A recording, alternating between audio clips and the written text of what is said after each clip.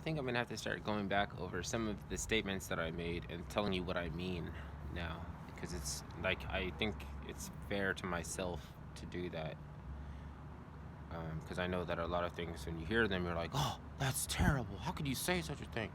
Like when I said Anderson Cooper, his false confusion look on his face when he's like, "Oh, I'm confused. It's uglier than a body on a lamppost." And I know you're like, "What? You support putting bodies up on lampposts?"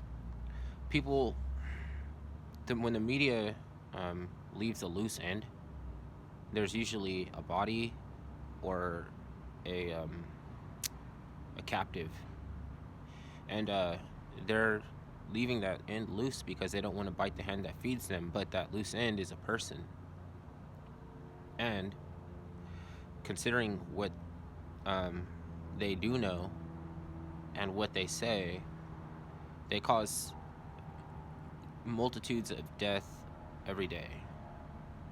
Like, why do you feel it's important to be up to date on information? Because you make moves based on that information. You support your family based on that information, and you keep yourself out of trouble or out of danger based on that information if it's good. So when they give you information to vote on to give them, to enable them, to give them legitimacy to do things, and then come back and tell you a different story about what's going on, and the whole time they're completely 100% privy, then what if I look confused, like I don't know what's going on, and I'm still trying to influence, I'm still trying to um, have people to react according to the information I'm giving them, but I'm going to play like I'm confused so that we can swing a different narrative and manipulate, and you don't think anybody's going to die. um, Now, loose ends like that little girl in the video, even the Pizzagate investigators, like even the people that are um, investigating Pizzagate, as soon as they reached inconclusive evidence that was John Podesta's voice, they dropped the story. But you don't get to drop a story because you're not interested in it and leaving loose ends. You look psych. You look make you look psycho. It makes you look psycho that there's something in your character that is missing, and it's fucked up. And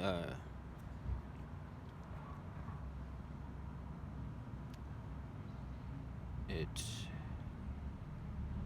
sort of manifests a lot of idiosyncrasies throughout people's life. It kind of permeates them, and you don't think it affects you, but it affects you to the extent that you don't really know what motivates people to tell you anything, and you don't know why they're saying one thing to you. You don't know their intentions and everything.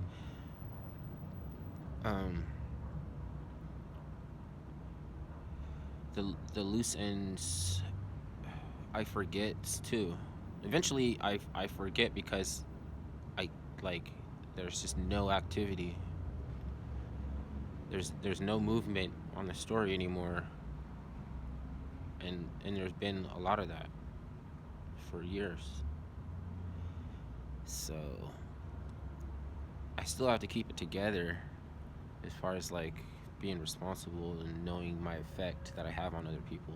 It's just that I can't uh, get out ahead of myself before I make these mistakes.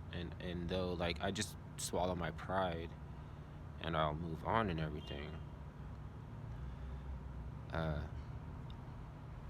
I still feel like people expect me to disappoint them. No, I mean I probably agitated you a little bit, you know, but I didn't disappoint you. And I think the reason it's that way is because there was a time when I wasn't thinking on anything. So whatever I felt adamant about that was a must that had to be accomplished in the now, it was low vibrational. It was low vibration. And I couldn't be the person that I am today unless I had gone through like, uh, lo- losing things, being kicked out. I have some black shit in my nose from my factory job. There's always black shit getting up in my nose, and I get out of there, it's black. If I blow my nose, it's black. Dust. So I don't know. I keep making videos. Oh, every time I get a new thought, and so I don't know how many times I'm gonna do that. But I'm gonna end this one because I have black shit in my nostrils.